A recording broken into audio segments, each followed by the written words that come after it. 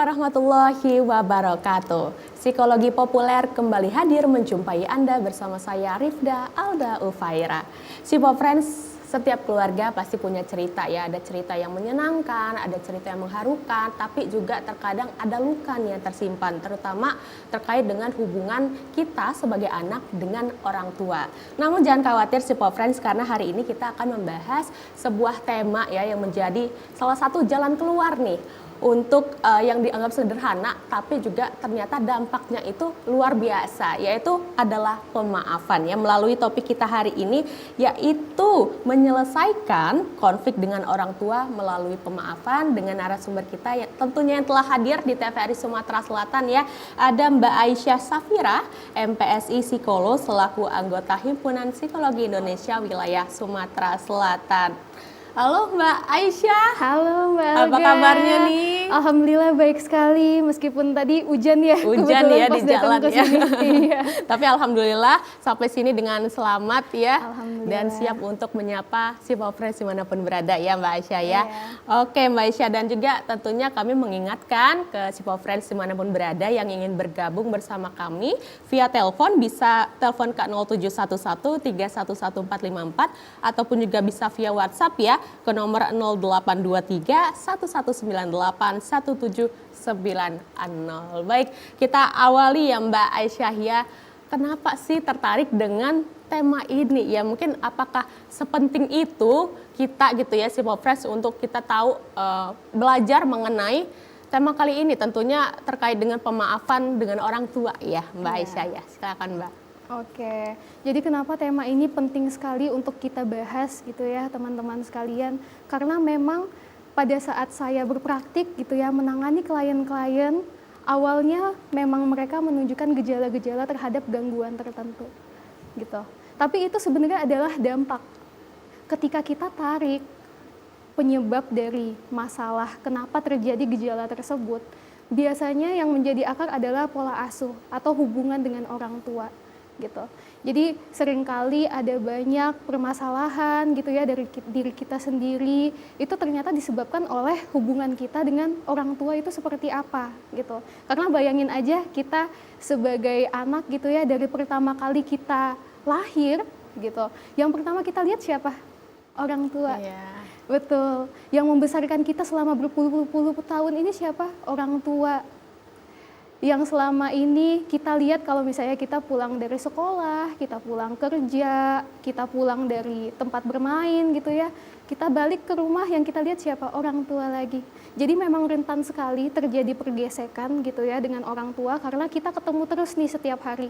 Pasti ada konflik gitu, mau sekecil apapun itu, dan itu sebenarnya hal yang wajar. Tinggal gimana cara kita di sini belajar untuk menyikapi hal tersebut, begitu. Oke, berarti karena triggernya itu banyak klien gitu ya, atau istilahnya kalau klinis, psikologi klinis itu juga menyebutnya pasien juga bisa, atau rata-rata klien nih Mbak Aisyah?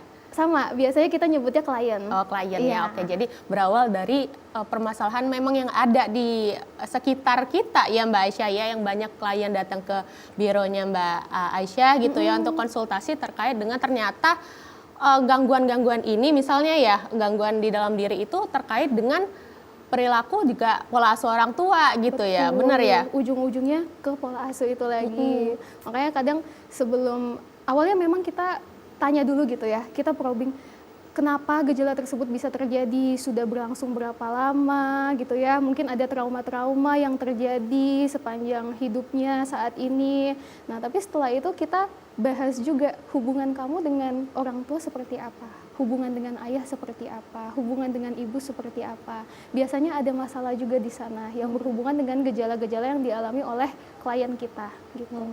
Nah kalau kayak gitu ya Mbak Aisyah ya, apakah kita nih sebagai anak gitu ya, apakah kita juga perlu tahu nih apa yang pernah dialami oleh orang tua gitu, mengapa mereka berperilaku seperti sekarang gitu, apakah sepenting itu kita sebagai anak tuh untuk tahu gitu masa lalu dari orang tua itu? Oke, bagus sekali pertanyaannya. Jadi memang kenapa kita perlu mengenal orang tua kita gitu ya Mbak Alga ya. Kenapa kita perlu mengenal? Karena biar kita paham kenapa sih orang tua kita berperilaku seperti itu. Karena pasti ada yang melatar belakangi hal tersebut. nggak bisa tiba-tiba orang tua itu lahir dengan sifat seperti itu aja gitu ya. Tapi kita harus lihat yang pertama yang harus kita lakukan, kita lihat pola asuh yang diterapkan oleh kakek nenek kita kepada orang tua kita. Entah itu kepada ayah ataupun kepada ibu. Itu kita perlu lihat Mbak Elga gitu ya. Apakah orang tua kita ini mendapatkan pola asuh yang otoriter gitu. Ini sekalian saya jelasin tentang pola asuh ya. Jadi pola asuh kan ada beberapa jenis ya teman-teman. Pola asuh itu ada beberapa jenis. Satu, ada pola asuh otoriter. Pola asuh otoriter itu adalah pola asuh yang kontrol tingginya ada di orang tua gitu. Jadi ada banyak larangan, ada banyak aturan di sana. Dan biasanya komunikasi yang terjadi adalah komunikasi satu arah. Cuman dari orang tua ke anaknya aja. Betul, jadi ketika anak mau mengekspresikan pikiran dia, perasaan dia, nggak ada ruang. Karena orang tuanya tidak memberi kesempatan itu. Itu pola asuh otoriter namanya. Yang kedua adalah pola asuh permisif. Ini kebalikannya. Pola asuh yang permisif adalah pola asuh yang memanjakan. Bahasa mudanya memanjakan gitu ya. Jadi kebalikan dari pola asuh otoriter. Kalau pola asuh otoriter terlalu banyak aturan, kalau pola asuh permisif nggak ada aturan. Dia boleh melakukan semuanya, dia mendapatkan semua keinginan dan kebutuhannya itu tadi, keinginan ya terutama ya. Jadi dia dimanjakan oleh orang tuanya. Mungkin terlihat baik ya, karena kita sebagai orang tua jadinya berperilaku baik gitu kepada anak karena memanjakan, tapi sebenarnya dampaknya buruk bagi anak. Karena kalau misalnya dia selalu mendapatkan keinginannya, dia jadi sulit untuk meregulasi emosi pada saat dewasa. Kalau ada sesuatu yang tidak sesuai dengan keinginannya. Begitu. Itu pola asuh yang kedua. Pola asuh yang ketiga adalah pola asuh neglectful atau pola asuh yang mengabaikan. Kalau pola asuh yang mengabaikan ini orang tuanya benar-benar cuek, Mbak. Orang tuanya betul-betul tidak peduli sama anaknya. Terserah kamu mau ngapain. Gitu. Dilepaskan sama orang tuanya. Itu pola asuh yang neglectful. Dan yang keempat adalah pola asuh demokratis. Pola asuh demokratis ini adalah pola asuh yang baik. Karena komunikasi yang terjalin adalah komunikasi dua arah. Nggak cuma dari orang tua ke anak, tapi anak ke orang tua itu juga boleh gitu mengekspresikan perasaan dia, pikiran dia, seperti itu ya. Jadi kita perlu tahu dulu, Mbak Aga, yang pertama teman-teman ya. Kita perlu tahu pola asuh yang diterapkan oleh kakek nenek kita kepada orang tua kita tuh apa.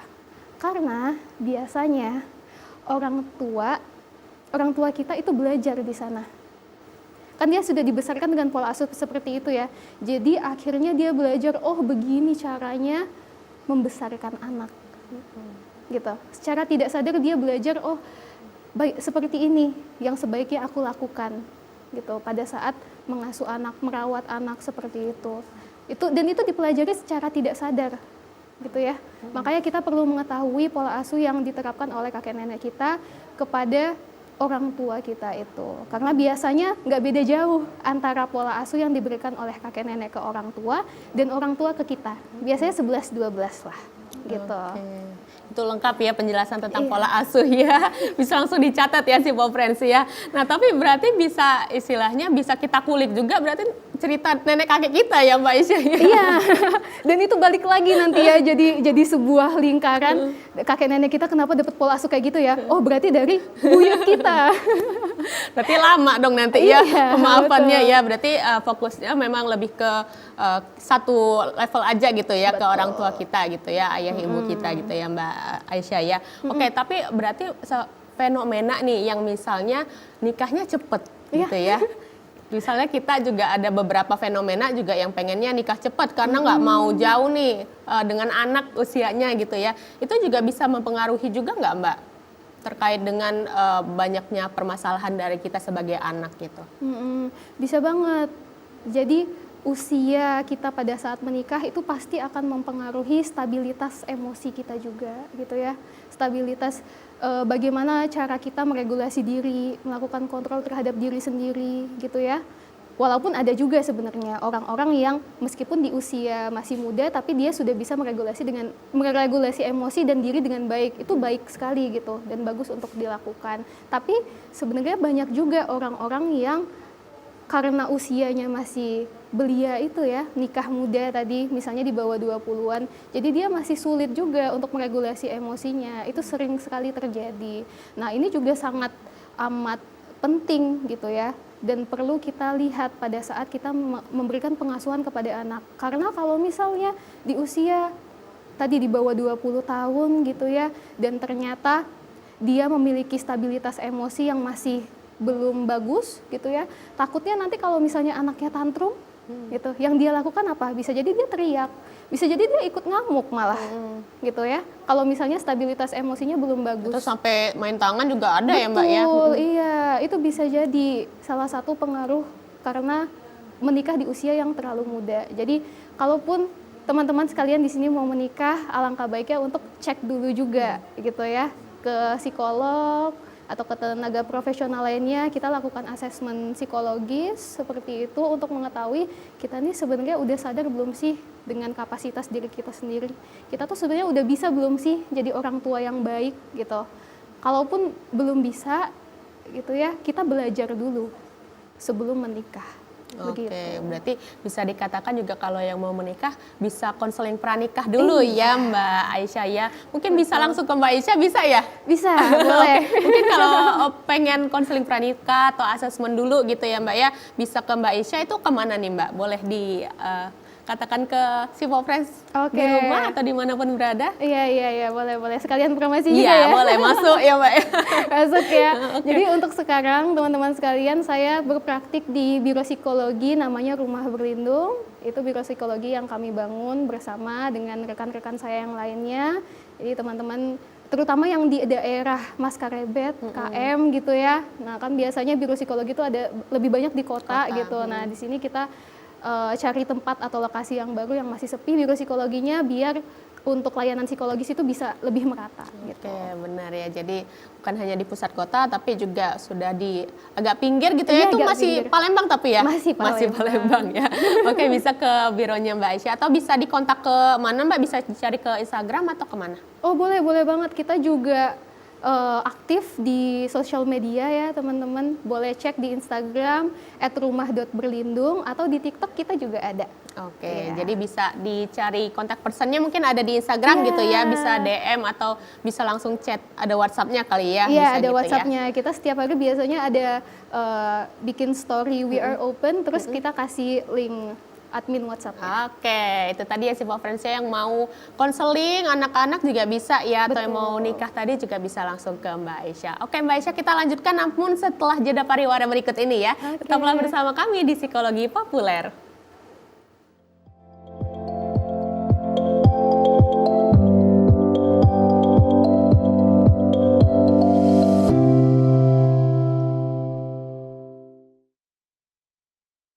Kehidupan saya dulu, ya boleh dibilang mapan dan mencukupi. Ya? Celananya. Waduh. Iya berat, Hati-hati dong, Mas. tapi harus dijalani demi anak dan istri. Pemandangannya bagus banget ya. Iya, bagus banget. Bagiannya sih berbuat sesuatu yang lebih. Makannya yang bener ya. Ya.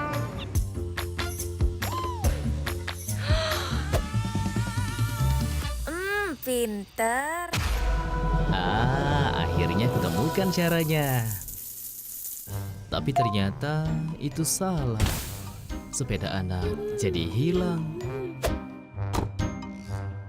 Mobil cicilan hilang. Rumah warisan keluarga juga ikut hilang. Aku pulang ke rumah orang tua. Hati-hati ya, jangan jadi seperti saya.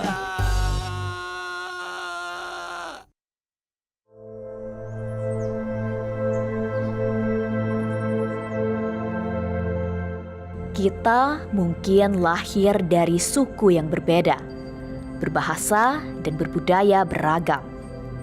Tapi hati kita bicara hal yang sama, damai. Karena rukun itu bukan soal kesamaan, melainkan kesediaan untuk saling menerima. Berbeda suku, satu tujuan. Berbeda berbudaya, satu cita.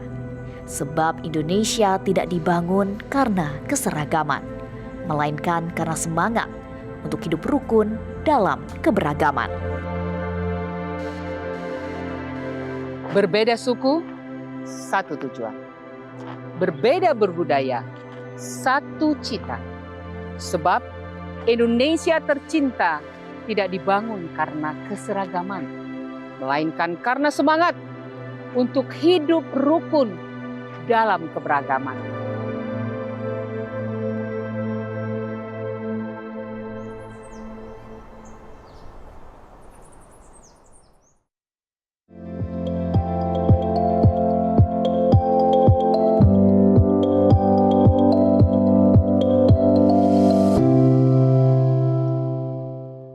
Terima kasih Sipo Friends, Anda masih bersama kami di program Psikologi Populer yang hari ini masih membahas mengenai tema menyelesaikan konflik dengan orang tua melalui pemaafan bersama narasumber kita tentunya ia dari anggota Himpunan Psikologi Indonesia Wilayah Sumatera Selatan yaitu Mbak Aisyah Safira MPSI Psikolog, dan tentunya juga kami masih untuk mengajak Sipo Friends dimanapun berada yang ingin bergabung bertanya seputar tema kita hari ini bisa langsung saja telepon ke 0711 311 454 ataupun bisa ke WhatsApp kita ya ke 0823 1198 1790. Oke, Mbak Aisyah ya, kita lanjut ke tentang pemaafannya nih Mbak ya.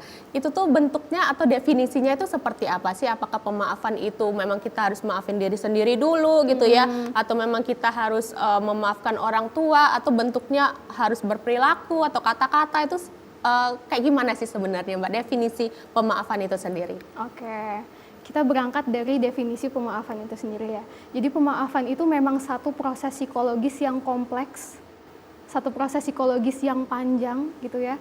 Karena di sini prosesnya adalah individu tersebut harus secara sadar melepaskan emosi negatif terhadap orang yang sudah menyakiti.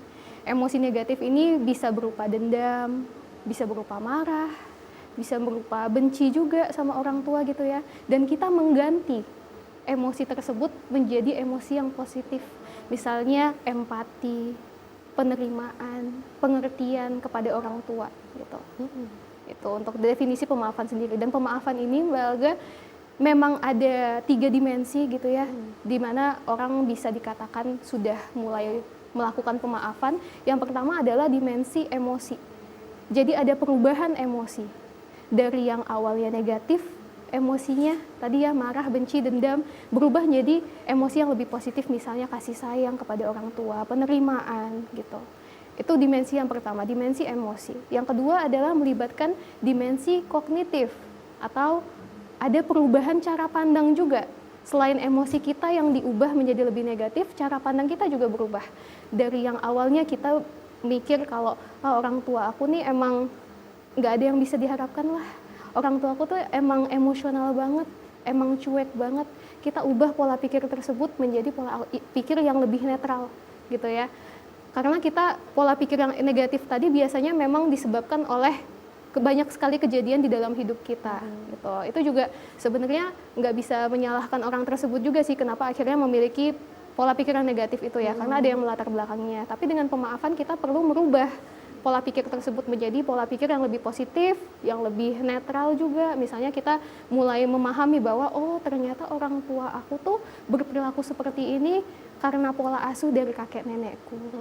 Atau orang tuaku tuh berperilaku seperti ini karena ada trauma di masa lalu. Gitu ya. Jadi kita ada perubahan pola pikir juga.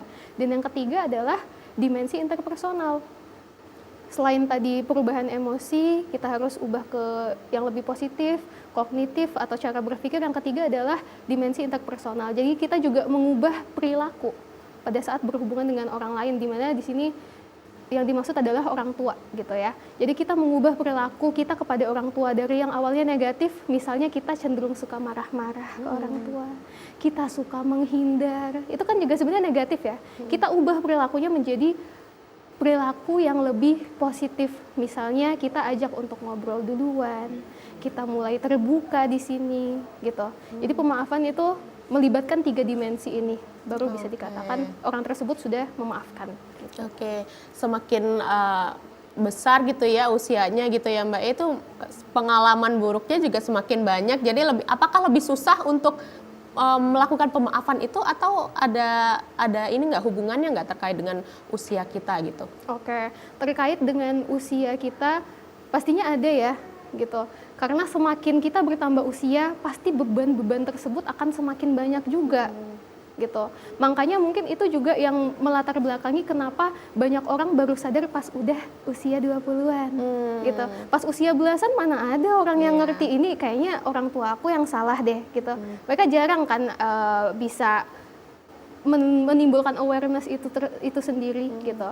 Makanya pas udah dewasa, pas udah muncul nih dampaknya ke dia mulai tahu, oh ternyata bisa jadi karena orang tuaku gitu, interaksi dengan orang tuaku seperti apa. Jadi usia tuh juga sangat berpengaruh dengan bagaimana proses kita pada saat melakukan pemaafan itu sendiri. Oke, berarti mungkin kalau masih belia kita fokusnya ke main gitu ya Mbak ya. Kalau semakin dewasa kita sudah refleksi ke diri kita sendiri gitu ya, yang salah apa dari diri kita dan lingkungan gitu ya Mbak Aisyah ya. Terus berarti apakah pemaafan itu berarti nggak harus dengan kata-kata ya?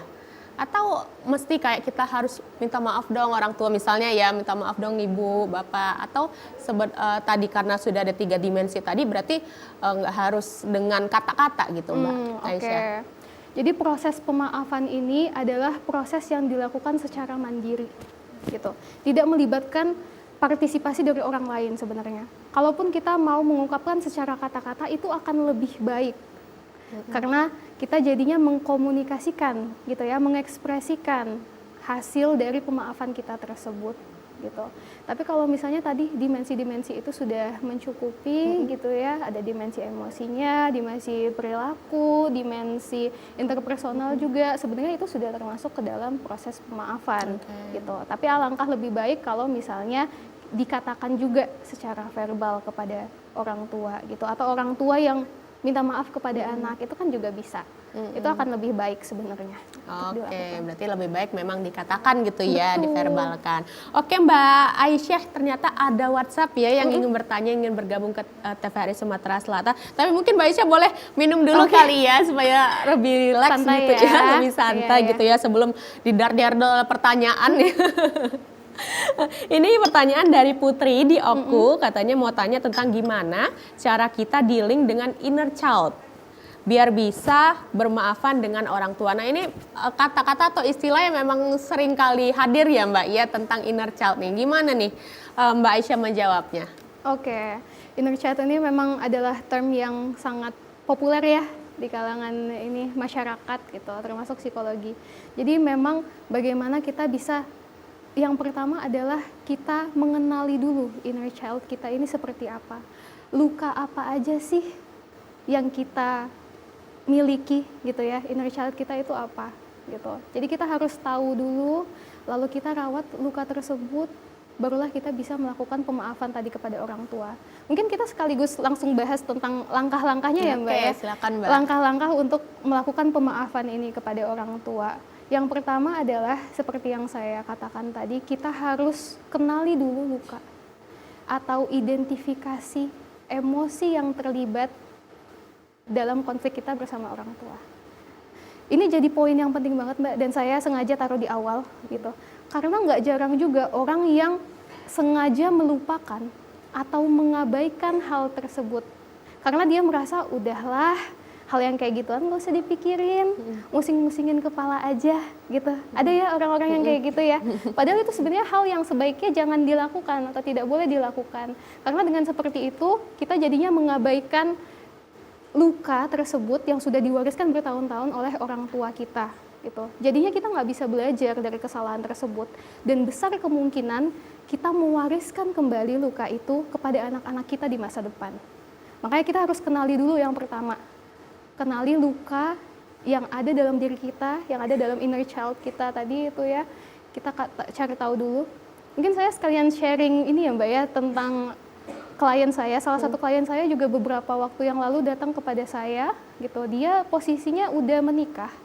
Pada saat sebelum menikah, dia mengatakan bahwa dia punya hubungan yang baik sama ibunya. Tapi setelah menikah, dia mulai merasakan ada yang ganjal. Kok pada saat aku ngobrol sama ibuku cenderung emosional ya daripada pada saat aku ngomong dengan rekan kerjaku.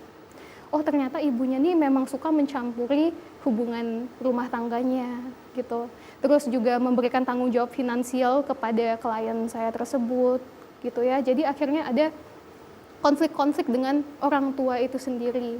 Lalu dia bertanya kepada saya, Mbak, saya kan marah dan benci ya sama ibu. Apakah itu artinya saya durhaka kepada ibu saya? Lalu saya jawab, enggak, kamu enggak durhaka. Ini adalah langkah awal kamu untuk mengenali luka batin yang sudah diwariskan oleh ibumu. Gitu ya, jadi kita ubah juga sudut pandangnya di sini. Karena banyak sekali memang masyarakat di Indonesia yang mengatakan kalau misalnya kita ngeluh dikit tentang orang tua pasti dikatain kamu durhaka, nggak boleh kamu kayak gitu. Padahal itu sebenarnya langkah awal loh untuk orang tersebut mengetahui luka yang sudah ada di dalam dirinya selama bertahun-tahun ini. Gitu. Jadi cara kita mengidentifikasi luka tersebut adalah dengan kita lihat pola interaksi kita dengan orang tua itu seperti apa sih, nyaman apa enggak. Kalau dirasa risih, kaku, emosional pada saat ngobrol sama orang tua, berarti ada sesuatu di sana. Ada luka yang selama ini tidak kita lihat. Itu yang pertama ya. Adalah kenali luka dan juga identifikasi emosi yang terlibat di sana. Lalu yang kedua adalah ekspresikan, Mbak Alga dan teman-teman sekalian ya. Kita harus mengekspresikan luka kita tersebut. Bisa dengan cara cerita ke orang yang dipercaya atau psikolog gitu ya. Atau kalau misalnya lagi nggak ada orang nih yang bisa diajak cerita, kamu boleh loh sebenarnya untuk menuliskan surat kepada orang tua. Surat untuk ibu atau surat untuk ayah. Jadi di sana kamu mengungkapkan semua hal yang selama ini menyakiti kamu gitu. Tujuan dari surat ini adalah untuk mengidentifikasi apa sih perasaan kita sebenarnya ke orang tua. Emosi kita tuh seperti apa sih? Gitu ya. Sehingga akhirnya kita jadi marah banget selama ini. Penyebabnya apa? Itu situasinya seperti apa. Tapi jangan pernah berikan surat ini kepada orang tua gitu. Karena mungkin ada ya beberapa teman di sini yang mengalami dorongan gitu pada saat selesai menuliskan suratnya, lalu dia mengatakan, "Oh, kayaknya orang tua aku nih harus tahu kalau aku tuh marah sama mereka." Gitu. Makanya ada dorongan untuk memberikan surat ini kepada orang tua, tapi sebaiknya jangan. Karena pada saat kita menuliskan surat itu, kita lagi dalam kondisi emosi yang tidak stabil. Dan kata-kata yang kita tuliskan itu cenderung impulsif, gitu ya. Makanya sebaiknya kalaupun mau mengkomunikasikan isi surat tersebut kepada orang tua, alangkah lebih baiknya untuk konsul dulu ke psikolog.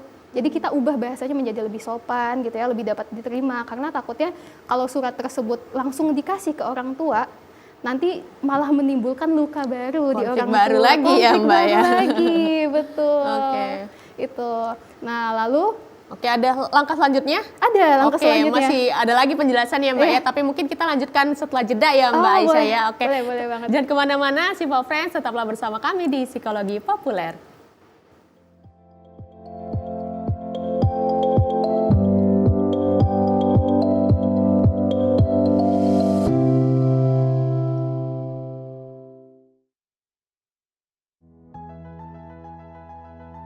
Sekali panen itu kisaran ya 200 juta lah dalam waktu 100 hari.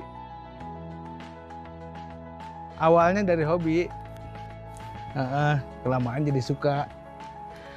Nah, hitung-hitung tambah-tambah buat ekonomi, Pak.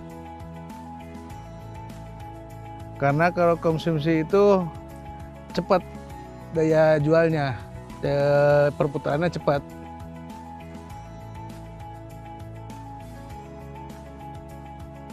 Hasil modal sama itu ya, sama laba ya, kisaran 200 juta tuh ya. Kalau modal kisaran 120-an lah. Kalau masalah ekonomi alhamdulillah lah, cukup lah buat anak istri. Tipsnya mulai dari tanam itu pengapuran, tabur garam, kolamnya 1 bulan itu 2 kali ganti air. Kasih pakan secara teratur sehari 3 kali kalau saya.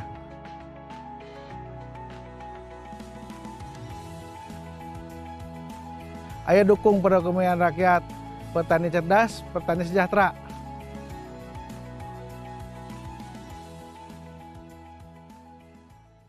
Aku nyuci baju, kamu ya inilah nyemur. Masa? Bener itu. Nah, terus kalau suami aku lagi nak masak ya kamu tuh kan potonglah cabe. Aina lain enggak lah dulu.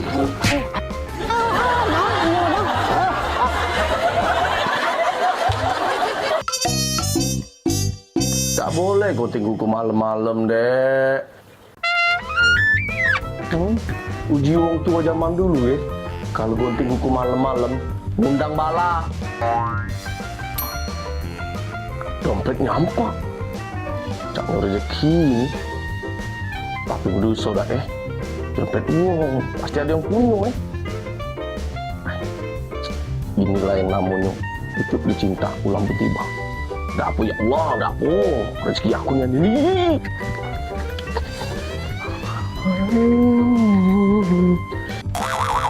Di sini tulisannya 15.000. Kok 20.000? Plus biaya jasa penetesan 5.000.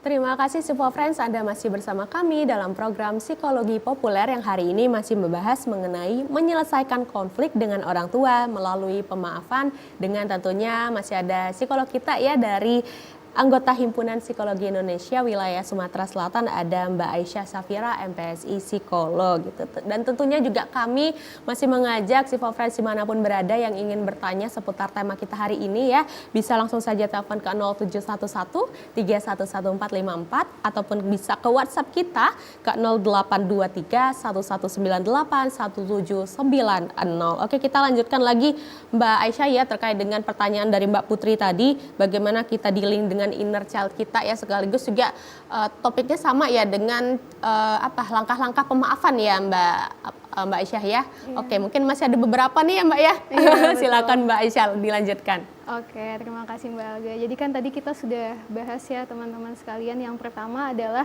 langkah untuk melakukan pemaafan, yaitu kita kenali dulu luka yang ada dalam diri kita selama ini apa, lalu kita ekspresikan dengan baik.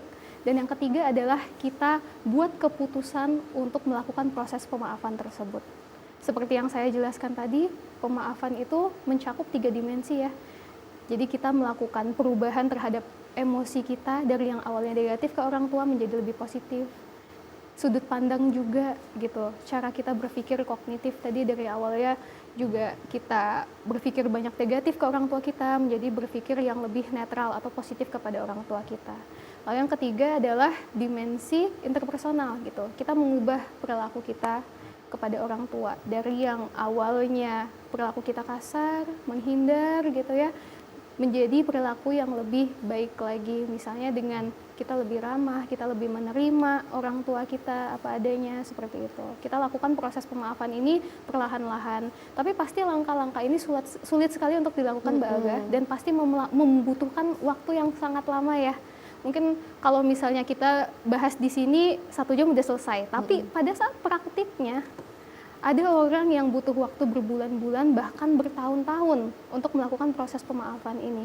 Dan itu wajar sebenarnya, karena seperti yang saya bilang tadi, pemaafan ini memang adalah proses psikologis yang kompleks gitu ya, yang kompleks dan membutuhkan waktu yang lama itu tadi. Oke, itu ya terkait dengan pertanyaan Mbak Putri di Oku. Semoga menjawab ya Mbak Putri ya atas pertanyaannya. Berarti nggak ada waktu yang saklek gitu ya Mbak Aisyah ya, jadi Mbak Putri ya. Mbak Aisyah ya terkait dengan proses pemaafan ini ya. Berarti ya tergantung individunya sendiri, tergantung juga support lingkungannya gitu ya Mbak Aisyah ya. Iya betul. Kita nggak bisa langsung ngasih deadline gitu ya ke orang, pokoknya bulan depan kamu udah harus memaafkan orang tua kamu ya. Udah kayak deadline ini tugas. Tapi ini setiap orang tuh kemampuannya beda-beda karena banyak faktor juga yang mempengaruhi itu tadi. Entah itu cara kita meregulasi emosi kita, meregulasi pikiran kita, atau support system itu juga kan sangat berpengaruh gitu. Oke Mbak Aisyah, ada pertanyaan lagi nih Mbak Aisyah ya, tapi ini nggak ada namanya. Pertanyaannya, bagaimana cara membedakan antara memaafkan orang tua dan membiarkan perlakuan yang tidak sehat terus berkembang? Itu pertanyaan pertama nih. Terus lalu apakah memaafkan orang tua adalah kewajiban moral atau pilihan pribadi? Nih, terima kasih. Gimana tuh Mbak Isya? Silahkan dijawab. Bagus sekali pertanyaannya. Kita jawab pertanyaan yang pertama dulu tadi ya. Apa bedanya memaafkan sama membiarkan hal tersebut terjadi Perilaku yang kembali tidak sehat gitu. terus Jadi berulang. setelah tadi kita melakukan langkah-langkah proses pemaafan, kita kenali luka kita ekspresikan, lalu kita putuskan untuk melakukan pemaafan itu sendiri. Selanjutnya adalah kita perlu beri batasan yang sehat agar luka tersebut tidak terjadi lagi. Ini adalah cara kita untuk melindungi diri dan ini bukan hal yang salah, Mbak. Ya. Itu memang hak kita, hak tubuh kita untuk dilindungi oleh diri kita sendiri. Karena kalau misalnya pemaafannya udah selesai nih, tapi lukanya muncul lagi, gitu ya. Berarti kita harus melakukan pemaafan lagi dong, terus-menerus seperti itu. Makanya kita harus menutup juga rantai luka tersebut dengan cara memberi batasan yang sehat, gitu ya, kepada orang tua untuk melindungi diri kita sendiri. Terutama untuk kasus-kasus tertentu, kayak misalnya orang tua yang suka melakukan kekerasan kepada anak, orang tua yang suka memaksakan kehendak pada anak, yang mana sebenarnya anak tersebut tidak nyaman gitu ya. Kita boleh kasih batasan ke orang tua. Mungkin dulu pas masih kecil kita bingung ya, karena kita nggak berdaya kan. Kalaupun kita ngomong ya udah langsung ditutup mulutnya pun bisa gitu. Tapi kalau kita udah dewasa, kita punya kontrol terhadap diri kita sendiri. Kita boleh secara tegas mengatakan gitu ya, kalau misalnya orang tua memaksakan, kamu boleh untuk menolaknya, untuk mengatakan kata tidak gitu ya, tapi tetap dengan cara yang sopan itu tadi gitu. Atau kalau misalnya orang tua yang suka mukul anaknya gitu ya, terus pas sudah dewasa ini masih ada masih sering terjadi gitu ya, anaknya tuh boleh loh pada saat orang tua tersebut sudah mulai terlihat emosi, sudah terlihat mau memukul anaknya gitu ya, anaknya tuh boleh untuk membela diri atau mengasihkan diri terlebih dahulu dari orang tua. Itu adalah cara untuk melindungi dirinya sendiri gitu. Jadi bukan berarti dengan pemaafan lantas kamu membiarkan orang tua tetap melakukan hal tersebut, enggak. Setelah memaafkan kita juga perlu memberi batasan yang sehat untuk melindungi diri kita sendiri. Begitu. Oke. Berarti itu pertanyaan pertama ya. Iya. Lupa nih Mbak Isya, ya ada dua pertanyaan nih. Lanjut, lalu apakah memaafkan orang tua adalah kewajiban moral atau pilihan pribadi? Silakan Mbak. Oke, sebenarnya ya teman-teman, pemaafan ini penting dilakukan bukan untuk orang tua, bukan untuk kebaikan orang tua, tapi untuk kebaikan diri sendiri. Karena bayangin luka yang sudah diwariskan selama bertahun-tahun ini kan masuknya luka batin ya Mbak ya, luka emosional. Kalau luka fisik mungkin kita bisa lihat seberapa parah gitu, besarnya seperti apa, perlu penanganan seperti apa. Luka fisik aja untuk menyembuhkannya butuh waktu yang lama, apalagi luka batin. Kalau misalnya kita rawat terus-terusan, luka kalau misalnya dirawat terus-terusan akan apa? Infeksi, menyebabkan penyakit-penyakit lainnya gitu ya. Jadi sebenarnya ini bukan masalah tentang moral atau pilihan sendiri, tapi lebih ke untuk kebaikan diri kamu sendiri sebenarnya, gitu lah. Pemaafan ini bukan untuk orang lain, tapi kamu lakukan ini untuk diri kamu sendiri, untuk memberikan ketenangan ke dalam diri sendiri, untuk melepaskan emosi-emosi luka batin yang sudah dipelihara selama bertahun-tahun ini, gitu. Dan sebenarnya semalam juga saya barusan baca salah satu benefit dari proses pemaafan ini juga baik untuk pikiran dan juga tubuh kita, Mbak. Jadi ternyata pemaafan itu kita juga bisa meningkatkan kualitas hidup, meningkatkan kualitas tidur kita, fungsi organ-organ dalam diri kita. Di sisi lain secara psikologis bisa menurunkan tingkat kecemasan, depresi gitu, atau tekanan darah, kolesterol itu juga bagus. Jadi sebenarnya pemaafan ini penting dilakukan untuk diri sendiri. Gitu. Bukan masalah moral, bukan masalah pilihan juga, tapi untuk diri sendiri dulu. Oke, itu tadi jawaban untuk Mas Mbak yang sudah bertanya 2 pertanyaan tadi ya. Semoga menjawab pertanyaannya ya Mas atau Mbak tadi sudah dijawab luar biasa sekali ya. Jadi memang pilihan kita sendiri ya, dan manfaatnya juga untuk diri kita sendiri ya Mbak Aisyah ya. ini juga berkaitan kalau misalnya kita sering tidur terus mimpi buruk terus, itu bisa jadi karena di-repress permasalahan ini, terus gak ada pemaafan dari diri sendiri, itu juga bisa ya Mbak ya? Bisa jadi salah satu dampaknya gitu ya, karena seperti yang saya bilang tadi di awal, kadang orang tersebut tuh muncul gejala-gejala gangguan psikologis gitu ya, karena ya tadi terlalu banyak beban emosional yang di-repress. Awalnya dia mikir, udahlah nggak usah dipikirin hal-hal seperti itu, nyapein badan aja. Takutnya nanti malah jadi auranya negatif gitu ya. Orang-orang suka berpikir seperti itu, tapi sebenarnya dengan kita repress itu sama saja dengan kita memberikan beban terhadap diri kita sendiri gitu, beban secara batin terutama. Makanya gejala yang muncul bisa berupa tadi, munculnya di mimpi gitu. Mimpi itu kan sebenarnya adalah secara psikologis adalah ungkapan dari alam bawah sadar kita gitu ya Mbak ya. Jadi alam bawah sadar kita tuh udah mulai ngasih tahu nih, hey, ada yang nggak beres sama kamu sebenarnya gitu. Itu sebenarnya adalah alarm alami dari dalam tubuh kita. Kalau misalnya kamu sudah mulai merasakan tadi gejala-gejala misalnya mimpi buruk itu ya, itu sebenarnya tanda dari tubuh kita bahwa ada hal yang perlu kita bereskan di sini, begitu. Oke, selain memang kita sebelum tidur harus berdoa ya Mbak Isya ya. Itu juga. Tapi terkadang tuh memang ada kondisi-kondisi emosional yang tadi ya alam bawah sadarnya ditekan gitu ya, di-repress, akhirnya muncul di mimpi gitu ya Mbak Isya ya. Jadi walaupun ya sudah berdoa tapi tetap juga harus dijaga dari segi mentalnya gitu ya Mbak Isya ya. Oke, nah terus juga terkait batasan diri gitu ya Mbak ya. Ini benar nggak sih kalau perumpamaan ya, saya misalnya kita habis dioperasi terus dijahit gitu ya, terus lukanya kan harus dikontrol terus ya Mbak ya. Iya. Nah itu juga bisa menjadi salah satu bentuk yang bisa dilakukan di ini ya, menjaga batasan terhadap konflik atau luka orang tua terhadap orang tua gitu ya Mbak Aisyah ya. Iya betul, itu juga bisa. Jadi kalau secara fisik kan kita biasanya dokter minta untuk kontrol berapa bulan sekali gitu ya. Nah kita juga secara psikologis ada ya Mbak ya, biasanya kalau setelah selesai psikoterapi, terus dia sudah mulai bisa melakukan pemaafan, sudah melakukan 3 dimensi dari pemaafan itu juga, kita biasanya minta klien-klien itu untuk tetap kontrol. Misalnya 6 bulan sekali atau 3 bulan sekali gitu. Jadi kita tahu pemaafan dia ini udah sampai mana, apakah sudah tuntas gitu, atau sebenarnya masih ada nih yang tersisa di sini gitu ya. Bisa jadi muncul melalui gejala-gejala gangguan psikologis yang lainnya gitu. Entah itu terlihat gitu ya dari pola hidupnya dia, misalnya pola tidur, pola makan, pola aktivitas, atau interaksi dia dengan orang sekitar, itu kan juga bisa menentukan apakah orang tersebut betul-betul sudah selesai dengan dirinya, dengan masa lalunya, dengan hubungannya pada orang tua, atau sebenarnya masih ada sisa nih gitu. Kalau misalnya masih ada sisa, berarti alangkah baiknya kita melakukan kontrol ulang sama psikolog gitu. Jadi kita lakukan psikoterapi lagi, kita tetapkan tujuannya di sana.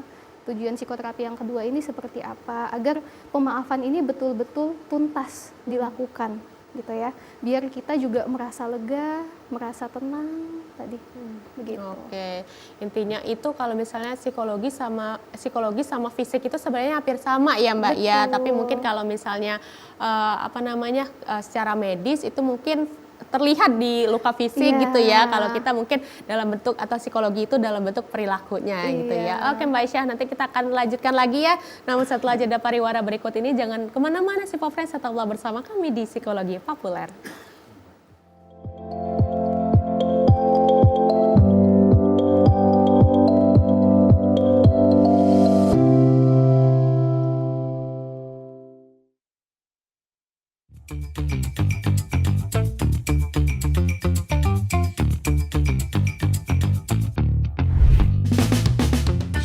Siaran TVRI Sumatera Selatan kini dapat dinikmati oleh para pemirsa dengan jangkauan yang lebih jauh dan lebih luas melalui layanan MCPC.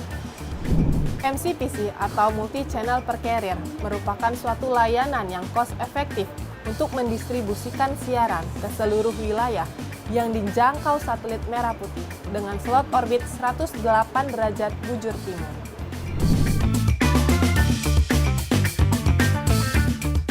Dengan dukungan teknologi satelit yang handal, layanan MCPC memastikan siaran dapat diterima pemirsa dengan cepat dan efisien, sehingga mendukung TVRI Sumatera Selatan dalam meningkatkan jangkauan siaran dan memperluas pasar. Untuk mengakses siaran TVRI Sumatera Selatan melalui layanan MCPC, caranya mudah. Yang pertama, arahkan parabola Anda ke satelit Telkom 4. Lalu tambahkan transponder Telkomsat pada receiver Anda dengan memasukkan frekuensi TVRI Sumatera Selatan yaitu 3720 horizontal dan simbol rate 32.727. Yang terakhir, Anda tinggal scan transponder Telkomsat tersebut untuk mendapatkan siaran TVRI Sumatera Selatan. Siaran TVRI Sumatera Selatan siap Anda nikmati. TVRI Sumatera Selatan siap menjangkau dan memberikan program-program terbaik bagi para pemirsa. TVRI, media pemersatu bangsa.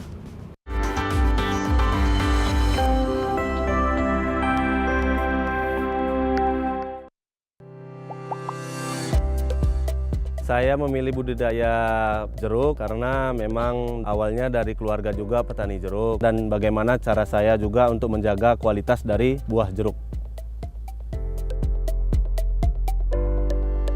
Untuk pengaruh ekonomi untuk buat keluarga itu cukup, buat lingkungan sekitar itu sangat besar karena saya dapat membuka lapangan pekerjaan buat orang-orang sekitar untuk dapat bergabung bersama kami di sini. Yang pertama, kita penyemprotannya jangan telat. Setelah itu kita ada pemupukan per 3 bulan sekali supaya menjaga kualitas. Kita memakai pupuk Merauke, di mana pupuk dari Merauke ini sangat bagus dan sangat direkomendasikan untuk petani jeruk. Tantangan yang paling besar di bidang pertanian jeruk yaitu iklim, di mana beberapa bulan yang lewat itu kita terkena yang namanya kemarau panjang. Untuk mengatasinya yaitu kita dengan cara menyiram supaya si jeruknya juga terpenuhi akan unsur air untuk dapat bertahan hidup. Ayo dukung perekonomian rakyat, petani cerdas, petani sejahtera.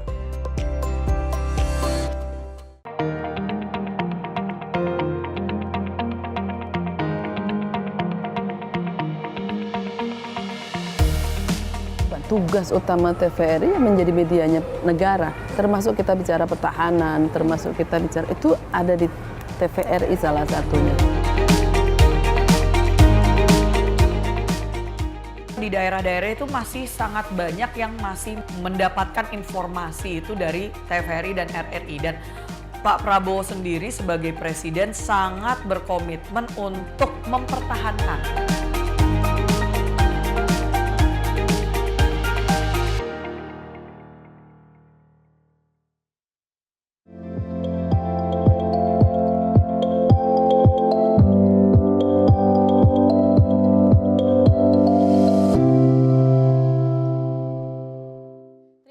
Siwop Friends, Anda masih bersama kami di Psikologi Populer yang hari ini masih membahas mengenai menyelesaikan konflik dengan orang tua melalui pemaafan ya, bersama narasumber kita yang masih ada di TVRI Sumatera Selatan tentunya ya, belum berpaling gitu ya.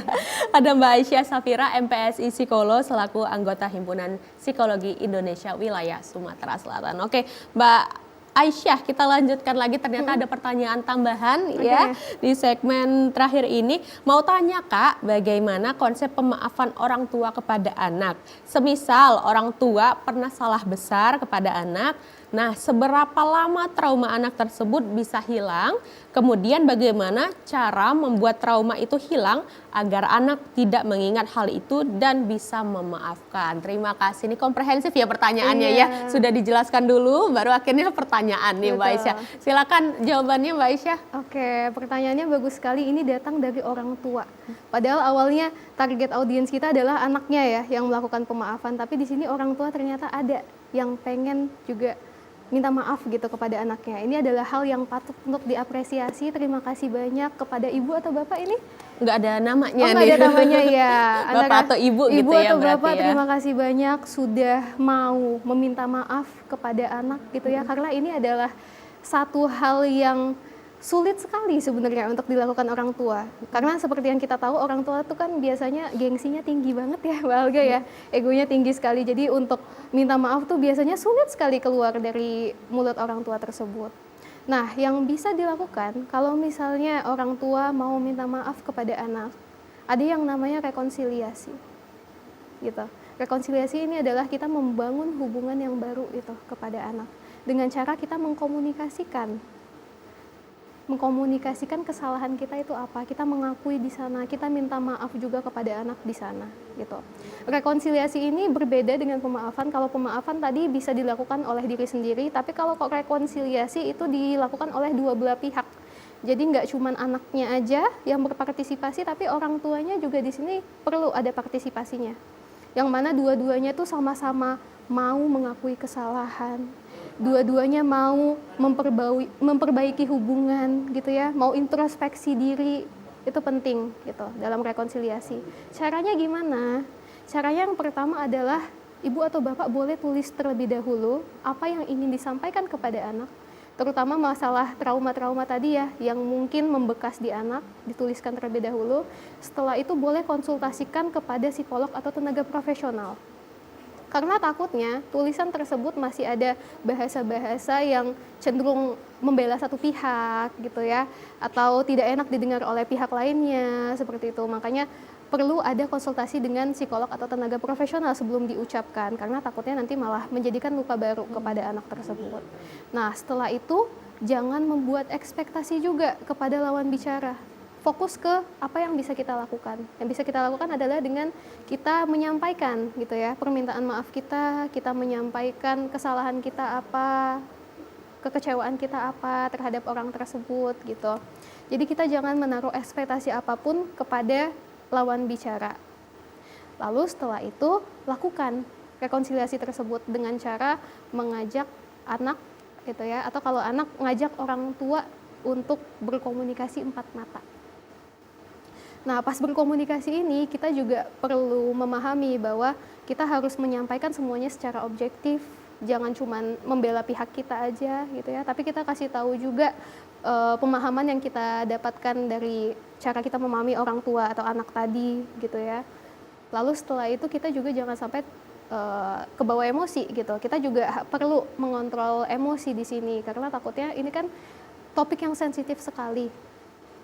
Takutnya pada saat rekonsiliasi ini kita membuka kembali luka tersebut gitu, dan kita jadi malah muncul lagi marahnya gitu. Jadi sebisa mungkin kendalikan emosi juga dan jangan sampai menyalahkan satu pihak gitu. Karena kalau misalnya kita menyalahkan satu pihak sama aja kayak kita menyalakan api pada saat itu gitu ya. Sama aja kayak kita menyalakan api, menyalakan konflik baru di sana. Kalau misalnya kita mulai menyalahkan orang lain, pasti nanti orang lain juga atau lawan bicara kita akan menyalahkan kita juga gitu. Karena kita yang mancing gitu. Pasti mereka juga akan melakukan hal yang sama kepada kita. Itu yang bisa dilakukan oleh orang tua, yaitu dengan rekonsiliasi kepada anak. Membicarakan secara dua arah gitu ya. Mama minta maaf ya, atau papa minta maaf ya karena sudah ABCD kepada kamu gitu. Mungkin kamu kecewa, mungkin kamu nggak suka, tapi kemarin kelepasan atau apa gitu. Nanti anak juga kasih waktu anak untuk mengkomunikasikan pikiran dan perasaannya seperti apa. Masalah traumanya ini akan berlangsung berapa lama gitu ya. Sebenarnya setiap pribadi orang tuh beda-beda. Karena tadi kemampuan mereka untuk kontrol diri, kontrol emosi gitu ya. Itu beda-beda di setiap orang. Jadi kemampuan atau waktunya tuh juga akan bervariasi antara satu individu dengan individu lainnya. Tapi yang saya minta dari ibu bapak di sini yang mau melakukan rekonsiliasi kepada anak, yang penting kita fokus aja kepada hal yang bisa kita lakukan atau hal yang bisa kita kontrol, yaitu dengan mengajak anak berkomunikasi dan meminta maaf kepada mereka secara empat mata. Masalah nanti anaknya masih trauma atau enggak itu ya, itu sebenarnya kan di luar kontrolnya orang tua tersebut gitu. Kita perlu doakan saja, dan biasanya anak ini pemaaf kok. Kalau orang tuanya udah bilang kata maaf sekali aja kepada dia, pasti dia langsung nangis. Karena nggak semua orang bisa gitu ya, nggak semua orang tua mampu untuk mengalahkan egonya tadi. Biasanya anak akan lebih menerima. gitu. Oke, itu tadi fungsinya juga psikolog ya Mbak ya, dan bisa mungkin minta bantuan dengan Mbak Aisyah dan rekan-rekan gitu ya. Mungkin bisa sekali lagi untuk dipromosikan gitu ya Mbak Aisyah ya, mungkin kalau mau konsultasi atau nanti ya banyak yang nonton gitu ya, orang tua maupun anak yang mau konsultasi lah seputar permasalahannya, hubungannya dengan orang tua dan anak gitu ya, bisa ke Mbak Aisyah, bisa ditemui di mana di Mbak Aisyah? Oke, untuk Bapak, Ibu atau teman-teman sekalian yang kiranya membutuhkan layanan psikologis gitu ya, bersama psikolog, saya hadir di praktik Biro Psikologi namanya Rumah Berlindung. Boleh dicek di Instagram @rumah.berlindung atau di TikTok kita juga ada. Silakan hubungi admin kita di sana. Lokasi kantornya itu ada di Maskarebet atau KM 10 gitu ya. KM 10-an kalau KM 9. KM 9 kalau di Palembang. Lupa sendiri. Ya gitu. Jadi bisa hubungi kami di sana. Saya praktik di sana dan juga ada beberapa rekan lainnya gitu. Oke Mbak, berarti tadi ya salah satunya juga misalnya kita juga harus positive thinking gitu ya, dengan mungkin ada sudah usaha-usaha yang dilakukan oleh orang tua atau oleh anak gitu ya, jadi kita harus tetap positive thinking mungkin ya Mbak, yang nggak fokus ke konfliknya tapi mungkin mindset kita yang diubah gitu ya Mbak Aisyah ya. Oke Mbak Aisyah, kita sudah di penghujung program nih, aduh sedih sekali ya, mungkin terakhir nih dari Mbak Aisyah ingin menyampaikan apa ke Sipo Friends dimanapun berada? Oke. Terima kasih banyak Mbak Alga ya. Jadi teman-teman atau Bapak Ibu sekalian, di sini kita perlu tahu bahwa pemaafan itu seperti yang saya bilang tadi adalah proses psikologis yang kompleks dan memakan waktu yang lama sekali. Gitu. Setiap orang bisa bervariasi, ada yang berbulan-bulan, ada yang bertahun-tahun juga. Karena bayangin aja, luka ini sudah kita rawat berpuluh-puluh tahun. Nggak mungkin dia sembuh gitu ya dengan 1 hari atau 2 hari aja gitu. Pasti butuh waktu untuk bisa menyembuhkannya. Dan dalam proses penyembuhan pasti sakit sekali. Sama kayak luka fisik. Kalau misalnya kita luka gitu ya di dengkul kita misalnya, lalu kita bersihkan, kita kasih betadin di sana gitu. Pasti rasanya perih, pasti rasanya sakit. Tapi itu adalah salah satu proses yang harus kita lakukan. Gitu. Nanti seiring berjalannya waktu, luka tersebut akan kering dan tidak terasa sakit lagi. Waduh, itu tadi ya closing statement yang luar biasa ya dari Mbak Aisyah. Terima kasih Mbak Aisyah ya atas kehadirannya di TVRI Sumatera Selatan. Semoga sehat dan jangan kapok untuk ke TVRI Sumatera Selatan ya Mbak ya. Pastinya. Terima kasih banyak Terima juga kasih Mbak ya. Aisyah. Sipo Friends, itu tadi perbincangan kita dengan Mbak Aisyah ya, selaku anggota Himpunan Psikologi Indonesia, terkait dengan topik pemaafan. Dan semoga topik tadi bisa bermanfaat untuk Sipo Friends dimanapun berada. Saya Rifda Alda Ufaira pamit. Wassalamualaikum warahmatullahi wabarakatuh.